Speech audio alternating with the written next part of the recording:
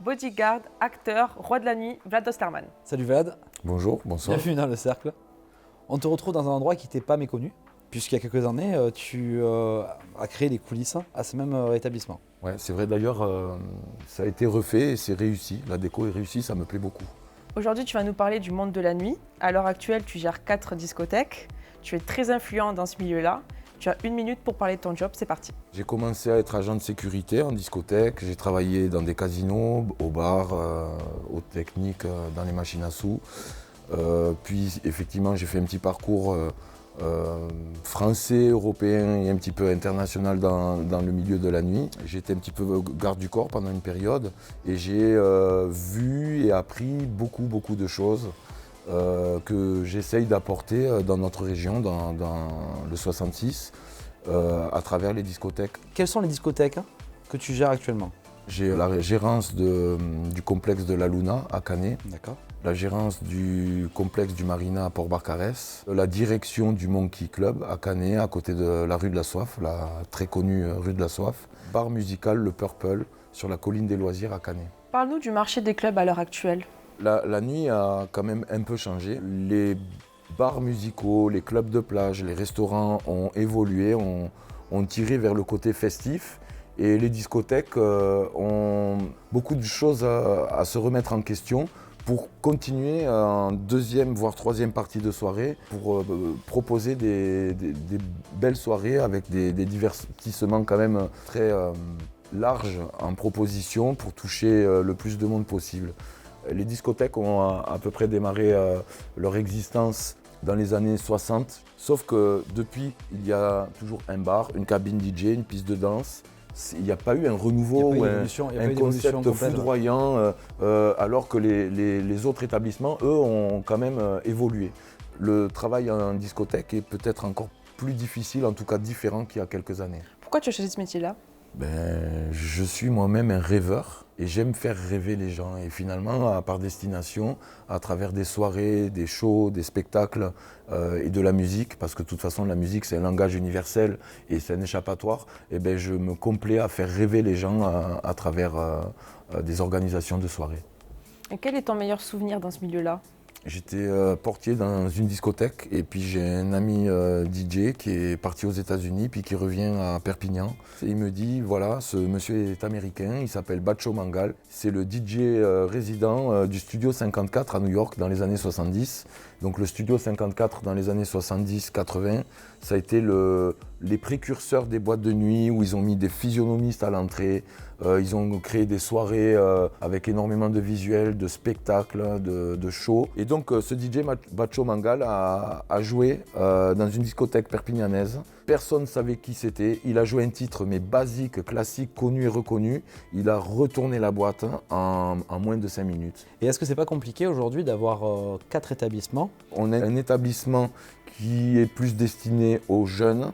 Il y a par exemple, pour les citer, le Monkey Club à Canet, c'est très commerçant, populaire. Après on a le complexe de la Luna où actuellement c'est quand même un établissement qui est adressé aux jeunes. Et là on est d'ailleurs actuellement en travaux, on est en train réouvrir la salle Paradisco. La scène salle Paradisco où là qui on va faire avant, un club vraiment destiné pour les 30 ans, entre guillemets, qui n'ont pas forcément les mêmes goûts musicaux. Et le Marina, qui lui est très saisonnier, showcase, événement, et vraiment la boîte de saison été et hiver. Les projets futurs ? Aller très loin dans les détails et dans les propositions artistiques sur les discothèques. Qu'est-ce que tu aurais à dire à tes clients ou tes futurs clients ? Venez en discothèque. Est-ce que tu as une anecdote marquante à nous raconter ? J'étais portier dans un bar musical et puis j'ai un monsieur alcoolisé, un peu trop alcoolisé, donc on ne peut pas accepter des gens alcoolisés, et encore moins leur vendre de l'alcool.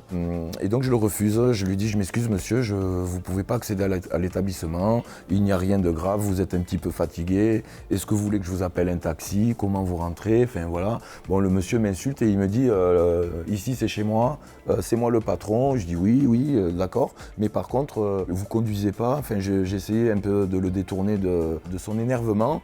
Et il continue, il me dit, mais moi tu me laisses rentrer chez moi, je suis ton patron, c'est moi qui te paye. Je dis oui, ben me payez pas alors, mais voilà. Et en fait, c'était effectivement mon patron que je connaissais pas.